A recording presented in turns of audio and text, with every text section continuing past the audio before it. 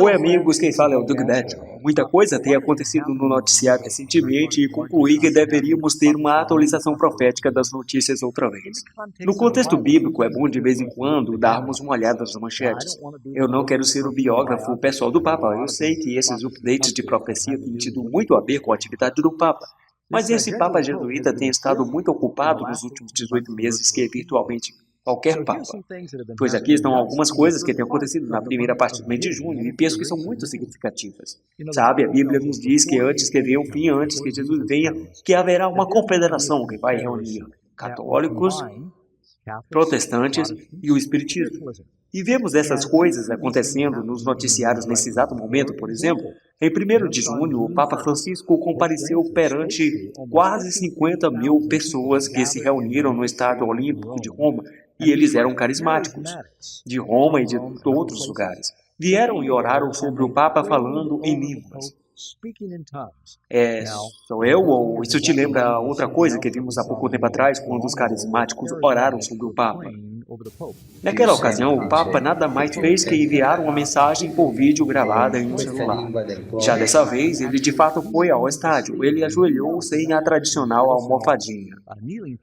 Ele se ajoelhou e pediu que todos orassem por ele. O Jornal do Vaticano relata que esta foi a primeira vez na história em que um Papa visita uma convocação internacional da renovação carismática.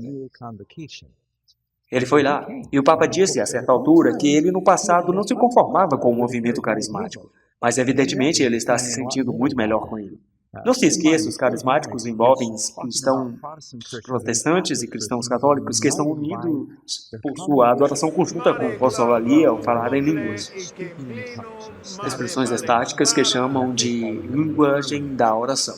Isso virtualmente foi desconhecido e não praticado pelos cristãos pelo menos nos últimos 1900 anos. A Bíblia nos diz que haverá uma união de protestantes, espiritismo, catolicismo. E eu acredito que o espiritismo, em parte, tem a ver com este blá blá blá babilônico que está tomando conta de muitos cultos cristãos. Isso foi uma coisa que aconteceu. Agora, é interessante que lá, presente nessa reunião, foi um contingente de 15 membros, uma delegação de líderes religiosos dos Estados Unidos. E entre eles estava o pastor John Oster, que faz parte deste grupo de 50 mil carismáticos orando pelo Papa. Para os que não sabem, Joel Osteen é conhecido pastor da mega igreja de Houston, Texas. Com milhares de membros, a assembleia no estádio aconteceu no dia 1º de junho. Mas então, no dia 5 de junho, esta delegação de 15 membros, representando líderes religiosos e políticos dos Estados Unidos, se reuniram no Vaticano com o Papa em uma audiência privada. Após um encontro pessoal com o Papa e outros no Vaticano, Joel Osteen disse: "Foi uma grande honra representar os pastores da América no encontro com o Pontífice. Não creio que Joel Osteen possa afirmar que ele representa todos esses pastores dos Estados Unidos, porque acho que as pessoas se esqueceram no que consiste o vasto abismo de diferenças entre o que creem os católicos e o que os protestantes deveriam acreditar. Sabe, os Estados Unidos tradicionalmente foram um refúgio de valores protestantes. E esse país foi uma fortaleza de segurança para esses ideais cristãos. Mas pouco a pouco tudo isso está sofrendo erosão, amigos. Diz Apocalipse capítulo 13. Que a segunda besta do Apocalipse, que nós queremos ser nos Estados Unidos, e que se levanta da terra com 2 chifres como um de cordeiro, mas fala como dragão, mais cedo ou mais tarde fará uma imagem à primeira besta, que recebeu a ferida mortal, mas que foi curada, e todo mundo se maravilha. Nós estamos presenciando agora como todo mundo se maravilha, e você pode ver na própria arquitetura dos Estados Unidos como pouco a pouco, veja aí um monumento de Washington e o obelisco, que está no Vaticano, compare a cúpula do Capitólio com o domo do Vaticano. Ao olho nu você pode perceber os Estados Unidos lentamente fazendo uma imagem à besta. E agora você vê que estamos pondo de lado os valores que antigamente separavam esses 2 grandes continentes filosoficamente. E tudo está se amalgamando agora para a preparação para a consolidação final. E como se nosso Papa jesuíta não estivesse ocupado o suficiente, poucos dias depois ele teve um encontro especial no Vaticano, onde o presidente Shimon Peres, de Israel, e o presidente Mohamed Abbas, da Palestina, compareceram no Vaticano. E não somente eles, mas também Bartolomeu, o patriarca da Igreja Ortodoxa. Que imagem é essa? Todos indo ao Vaticano para falar sobre paz. Isso nos lembra daquele verso da Bíblia. Quando disserem paz, paz, então virá uma destruição repentina.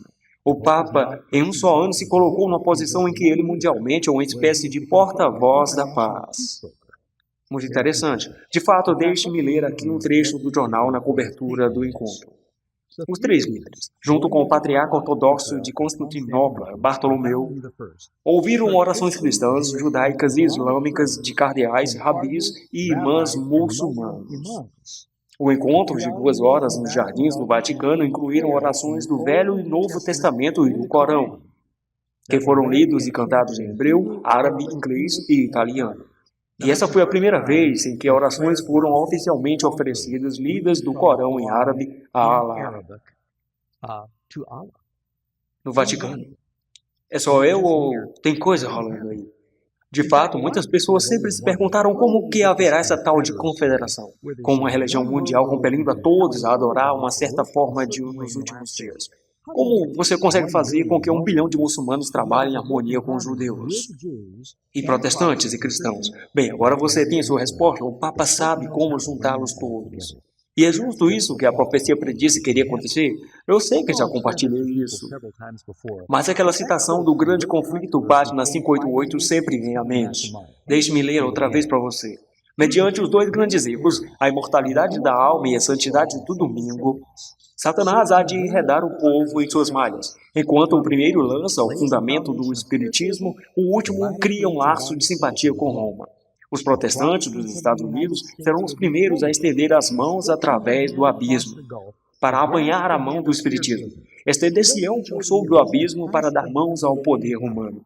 E sob a influência dessa tríplice união, este país seguirá as pegadas de Roma, desprezando os direitos da consciência. Sabe, eu vejo esta confederação já acontecendo entre o protestantismo, o catolicismo e o espiritualismo. Aliás, um dos grandes filmes que ainda está no cinema se chama É o Céu Real. Fala de um menino que sobrevive por pouco uma operação do apêndice. Ele sai falando que viu pessoas que estão mortas e diz ter interagido com eles, falando com os mortos. O filme só fala disso. E aqui você tem católicos e protestantes todos abraçando este conceito. Ou seja, o que dizer quando o Papa tem o poder de declarar 2 ex-papas santos aos quais se pode orar? Não é isso a oração pelos mortos? E nós vimos isso acontecendo no mês passado. Portanto, parece que há uma evolução aí que está acontecendo. Isso me lembra de alguns livros que saíram há alguns anos. Aqui está um chamado Uma Casa Unida, por Kate, falando de evangélicos e católicos juntos, uma aliança promissora para o século XXI. Nesse livro, na verdade, em todo ele, tem no preâmbulo um documento interessante que foi preparado para o 3º milênio, chamado de Evangélicos e Católicos Juntos, a missão cristã no 3º milênio. Este documento extenso foi assinado por centenas de líderes cristãos. Muitas pessoas se esqueceram disso. Aconteceu em 94, mas mapearam seus planos para os que católicos, carismáticos e evangélicos trabalhassem juntos para criar uma confederação que mudasse a sociedade. E sabe, estão seguindo esse plano exatamente como predisseram queriam. Outra vez você pode achar isso online. Se chama Evangélicos e Católicos Juntos, a missão cristã do 3º milênio. Entre as coisas das quais fala é que não devemos ser proselitadores ou evangelizar crentes de outras religiões. Católicos, em particular, não desejam que os protestantes evangelizem seus adeptos, pois os que assinaram concordam com isso. Eles também creem que deveríamos usar o poder civil no governo para reforçar certos valores morais. Provavelmente há áreas em que eu concordo com isso, mas isso será utilizado eventualmente para dizer que os poderes legais serão usados para nos dizer quando, onde e que dia orar. Além disso, outro livro que saiu no mesmo período é um livro de coautoria de Charles Colson. Eu conheço, gente fina. Evangélicos e católicos rumo a uma missão comum juntos. Nele, diz que uma das coisas que está unindo os evangélicos e católicos é nosso estilo de adoração em comum.